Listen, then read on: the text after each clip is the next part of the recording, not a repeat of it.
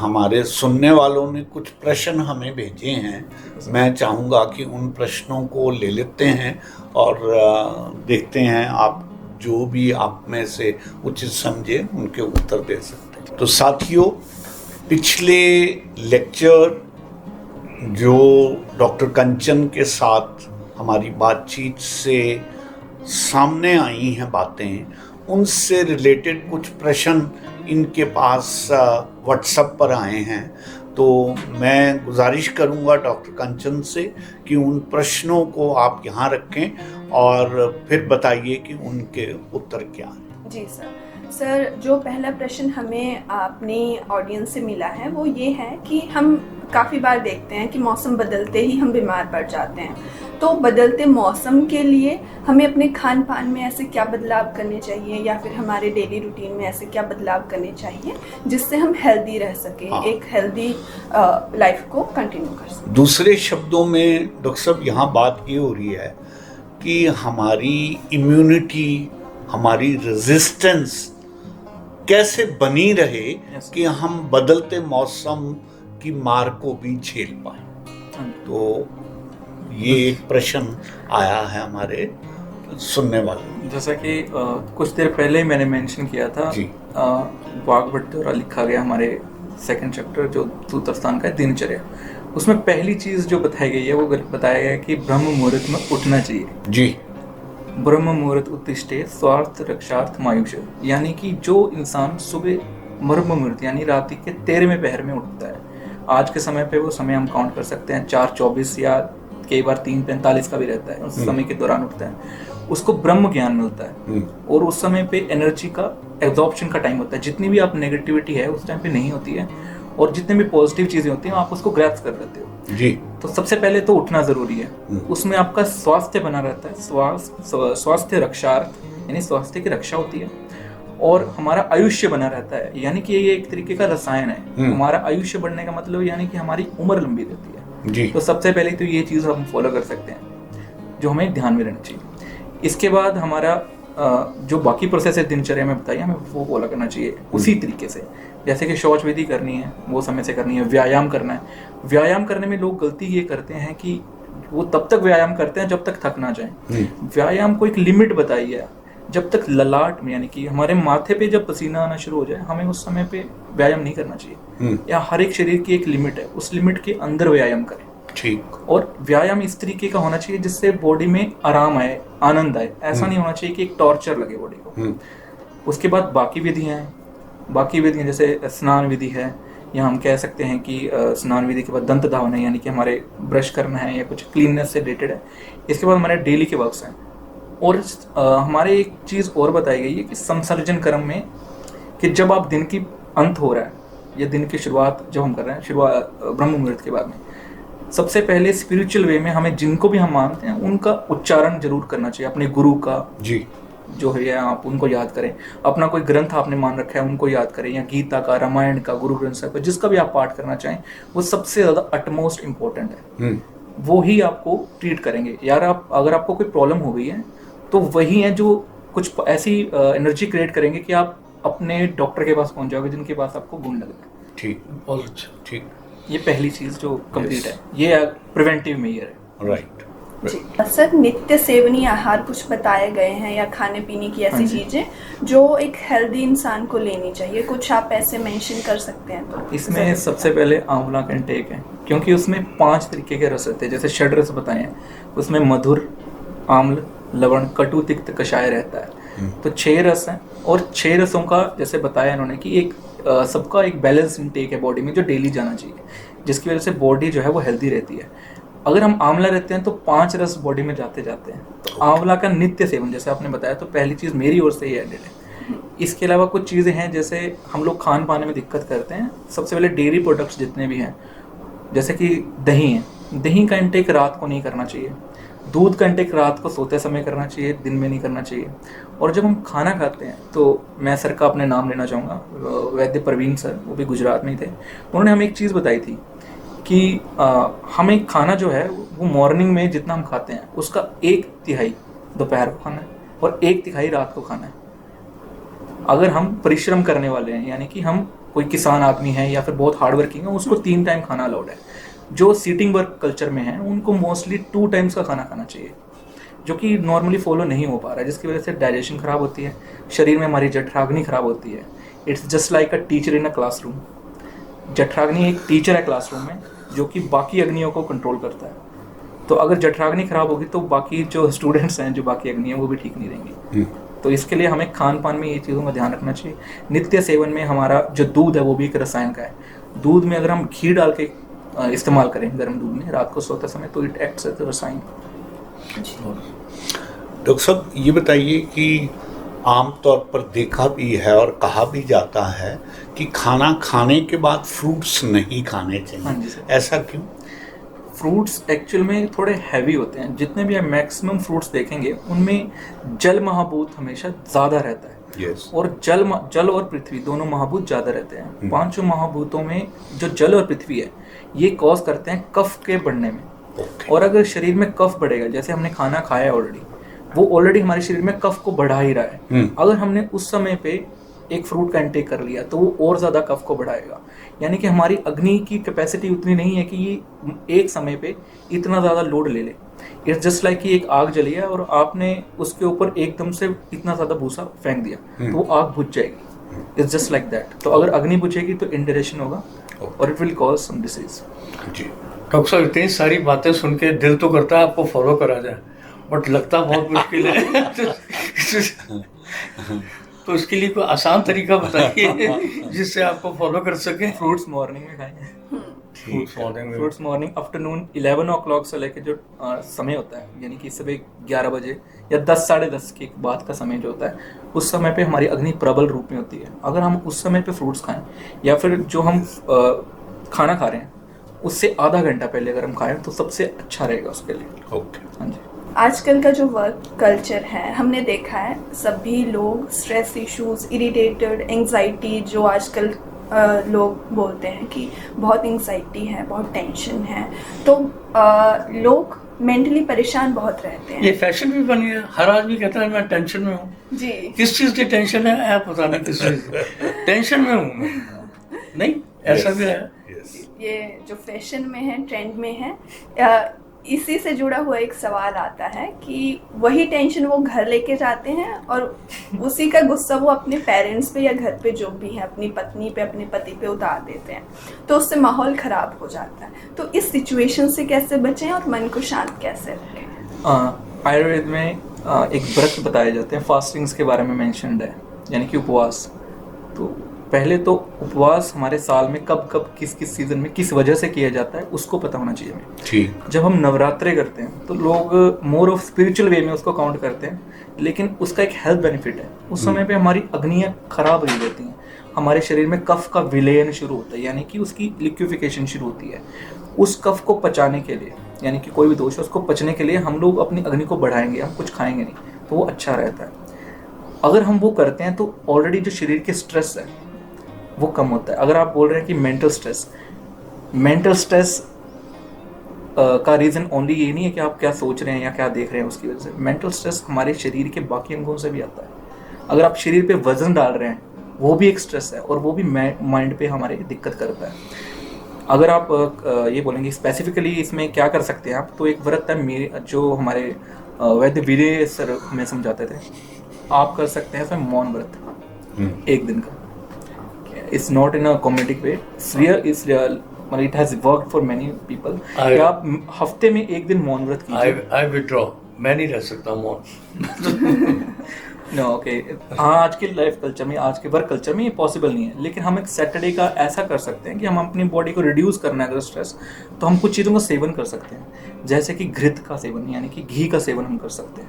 तो घी के सेवन से क्या होता है, हमारी जो कोशिकाएं होती हैं जो कि रुक्ष हो चुकी होती हैं, स्ट्रेस में मैक्सिमम टाइम हमारा यही रीज़न रहता है कि हमारे शरीर की जो कोशिकाएं होती हैं उनमें रुक्ष गुण बढ़ जाता है, और वो रुक्ष गुण जो है वो कॉज करता है एंग्जाइटी और डिसऑर्डर, क्योंकि उसका कारण है संकुचन करना नहीं, यानी कि सिकोड़ देना। तो उसको दूर करने के लिए हम घृत का इस्तेमाल कर सकते हैं, सबसे अच्छी चीज़। गंभीर साहब, ये हमें आयुर्वेद में रंगने जा रहे हैं पूरी तरह से। बिल्कुल। तो आजकल हम देख रहे हैं जैसे जैसे मौसम चेंज हुआ है, लोगों में सर दर्द, हेडेक, कोल्ड या फ्लू, ये सब बीमारियां देखने को मिल रही हैं। तो इसी से जुड़ा हुआ ये प्रश्न है कि इसका ट्रीटमेंट क्या करें, हम इससे कैसे बचें? अगर ट्रीटमेंट पे आएंगे तो उसके लिए स्पेसिफिक पर्सन के लिए तो स्पेसिफिक ट्रीटमेंट है, क्योंकि वो तभी काम करेगा जब आप किसी अच्छे वैद्य के पास जाएंगे और वो वैद्य आपकी प्रकृति को एक्सेस करके, मतलब जैसा आपका प्रकृति है उसके अकॉर्डिंग आपको मेडिसिन प्रेस्क्राइब करेगा। अभी इस पॉडकास्ट के लिए हम उसको बता सकते हैं कि प्रिवेंटिव क्या है और वो उसका रीजन क्या रह सकता है, हम वो प्रोबेबली बता सकते हैं। जी। तो जैसा कि मैंने बताया कि नवरात्रि का समय आता है और लोग फास्टिंग नहीं करते हैं, तो कुछ लोगों की प्रवृत्ति होती है कि वो लोग नॉन वेज खाते हैं या हैवी आइटम्स ज़्यादा खाते हैं। उस समय पे नॉन वेज खाने से या जो भी हमारी हैवी आइटम्स खाने से हमारे शरीर में जो कफ का विलयन होना होता है वो तो होता ही है, साथ में हम खाते हैं जो वो ऑलरेडी जो पिघला हुआ कफ है वो तो पकता नहीं है और ऊपर से हम और डाल देते हैं। तो उसकी वजह से क्या होता है, उस समय पे आम बन जाता है जो कि धीरे धीरे धीरे 1 महीने में या 2 महीने में वो उस एरिया पे टारगेट करेगा आपके शरीर के जो सबसे ज्यादा वीकेस्ट है। तो ये जैसे कई लोगों को इसमें खांसी होगी, कई लोगों को बाद में एसिडिटी डाइजेशन से रिलेटेड प्रॉब्लम आएगी, कुछ लोगों को जो है वो हेमोरॉइड्स की दिक्कत यानी कि पाइल्स वगैरह की दिक्कत आती है। जो उनका वीक पोर्शन रहेगा वो उस पे टारगेट करेंगे।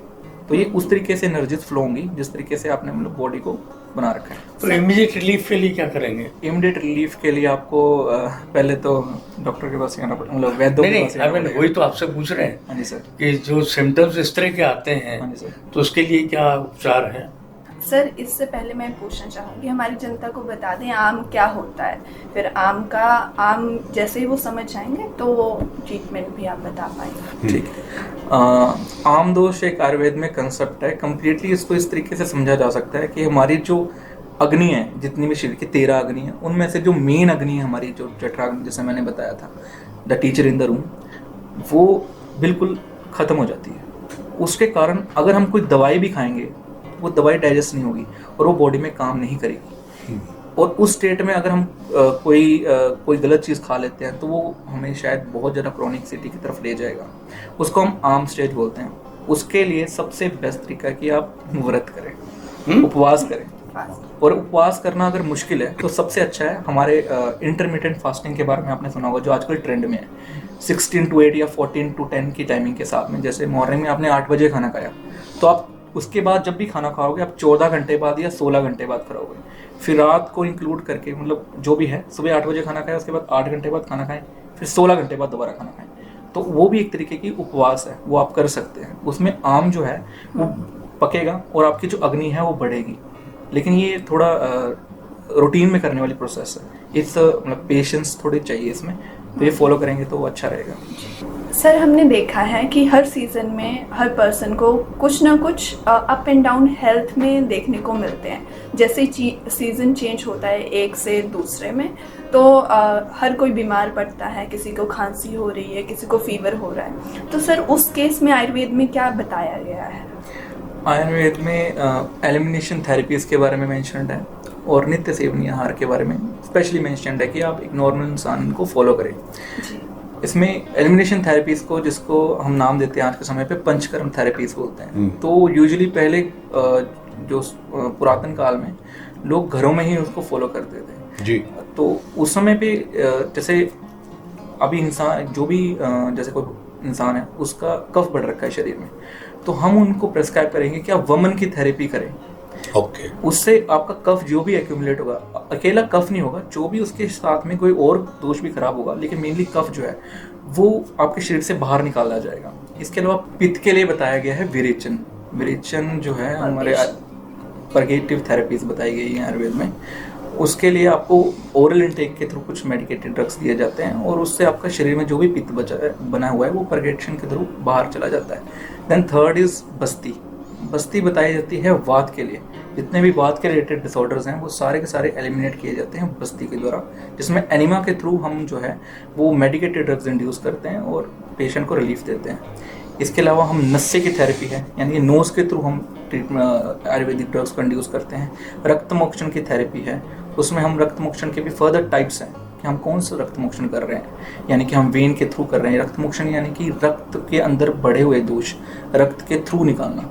जैसे आपने लीचेस वाला बताया था, वही है, सेम है? हाँ जी। लीच थेरेपी उनमें से एक है। उसके अलावा सिरावेद है, फिर परछन्न है, उसमें अलग अलग तरीके के रक्त मोक्षण बता रखे हैं, जो कि बीमारी, जो जिस तरीके की बीमारी हमारे सामने आएगी उस तरीके से हम उसको। तो इसका इमीडिएट रिजल्ट रहते हैं जो लीच थेरेपी वगैरह है, जैसे पेशेंट को फील होता है कि I am better now? Yes जी सर, रक्त मोक्षण जो है वो रक्त की बीमारियों में हम करते हैं। जैसे अभी हम बात कर रहे हैं सीजनल डिटॉक्सिफिकेशन बोल सकते हैं। तो हर सीजन में, जिस सीजन में हमारा रक्त दूषित होता है उस सीजन में हमें अपने ब्लड को प्योरीफाई करना चाहिए। उसका एक तरीका सर ने हमें समझाया, तो उससे हमें आने वाली जो रक्त के विकार हैं वो नहीं होते हैं। जैसे स्किन डिसऑर्डर्स हैं, उच्च रक्तचाप है, जैसे बीपी की प्रॉब्लम कही जाती है, तो ये सारी बीमारियां नहीं होती हैं, बच जाते हैं इससे।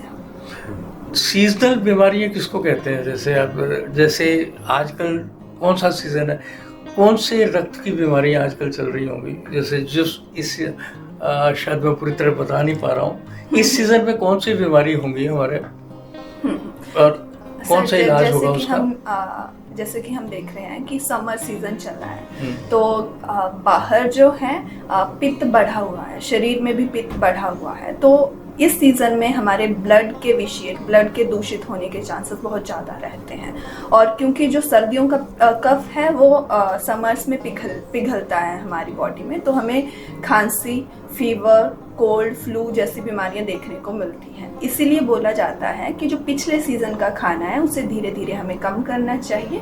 समर सीजन का जो खाना है धीरे धीरे उसको अडेप्ट करना चाहिए। जैसे आम पन्ना हो गया, शरबत हो गया, हमें समर सीजन में शरीर को ठंडा रखने के लिए ये चीज़ें अडेप्ट करनी चाहिए। नहीं तो शरीर में जलन ज़्यादा रहती है, हमारी अग्नि कम रहती है। इसीलिए खाना कम खाना चाहिए समर्स में, नहीं तो इंडाइजेशन बढ़ जाता है। पर वो शुगर बढ़ा देगा आम पन्ना वगैरह, तो एक बीमारी को ठीक करने के लिए दूसरी ले लेंगे। हाँ, वो जैसे शुगर के पेशेंट को क्या प्रिकॉशन लेनी चाहिए? सर, जैसे मैंने बोला कि इंडाइजेशन की समस्या समर्स में बहुत ज़्यादा रहती है। अगर हमें ये पता नहीं होगा कि खाना हमें कब खाना चाहिए और कितना खाना चाहिए, हमारा शरीर कम खाना मांगता है समर्स में, तो इसीलिए हमें कम खाना खाना चाहिए और लिक्विड डाइट पे ज़्यादा रहना चाहिए। तो अंदर ठंडक भी बनी रहती है, हमारा डाइजेशन भी नियंत्रण में रहता है। जैसे कि इन्होंने बताया कि रक्त के डिसऑर्डर और पित्त के डिसऑर्डर्स ज़्यादा मिलेंगे अभी, तो मोस्टली मेरे पास ऐसे पेशेंट्स ज़्यादा आ रहे हैं इस समय पे जिनको एनोरेक्टल डिसीज़ की प्रॉब्लम है। एनोरेक्टल डिसीज़ में जैसे कि पाइल्स, फिस्टुला या फिशर्स, ये बहुत ज़्यादा आपको देखने को मिलेगा, क्योंकि जिन लोगों ने पिछले सीज़न में जैसे बताया कि धीरे धीरे छोड़ना है खाना, वो अभी भी कंटिन्यू रखा हुआ है। तो उसके साथ क्या होगा, इस समय पे हमारे जो महाभूतों में सबसे ज़्यादा प्रेडोमिनेंट हो जाता है वो होता है आकाश महाभूत। और वो आकाश महाभूत मिलके काम करता है पित्त के साथ। अगर हम कोई भी तीक्ष्ण आहार, यानी कि कोई मिर्ची या कोई मसालेदार आइटम या फिर कोई भी हम चीज़, चीनी भी ज़्यादा खाएंगे, कोई भी चीज़ जो ज़्यादा तीक्ष्ण है, उससे हमारे शरीर में जो है वो इन रक्त को जो है वो तुष्टि बढ़ जाएगी। और ये गुणों के साथ में हमें पाइल्स, फिस्टुला और फिशर्स देखने को ज़्यादा मिलेंगे। मेरे को तो जो सुनने में आया है कि रफेज बढ़ाना चाहिए, आपको सलाद ज़्यादा खाए, इसके लिए आप स्नेहपान की विधियाँ इस्तेमाल कर सकते हैं। सबसे अच्छा, जैसे मैंने पहले ही मेंशन किया, कि आप घृतपान करें। इस सीज़न के अकॉर्डिंग सबसे अच्छा है आप घृतपान करें। अगर जिनका वेट कम है वो फॉलो करें कि वो बटर या मक्खन वगैरह जो भी है वो खा सकते हैं। वो चीज़ें जैसे इस तरीके की चीज़ें फॉलो करें, स्नेहपान करें। तो डॉक्टर रमनीक, आपका बहुत बहुत धन्यवाद, बहुत बहुत आभार। और हमारी आपसे ये गुजारिश रहेगी कि डॉक्टर कंचन तो हर सोमवार को हमारे पास आते ही हैं। आप भी जब कभी इधर आएँ पुणे तो ज़रूर हमें याद करिए। हम चाहेंगे कि आपके आने का लाभ हमारे श्रोता उठा सकें, और हम चाहेंगे कि आप अपने एरिया में भी हमारे रेडियो को डाउनलोड कराएं, इसको आगे बढ़ाएं, ताकि आप जैसे लोगों के जो लेक्चर्स हम लोग यहाँ अरेंज करते हैं वो आम लोगों तक पहुँच पाए। इन्हीं शब्दों के साथ आपका और डॉक्टर कंचन का आभार व्यक्त करते हुए मैं और प्रवीण जी पुनः आप लोगों को बहुत बहुत आभार व्यक्त करते हैं। धन्यवाद। धन्यवाद।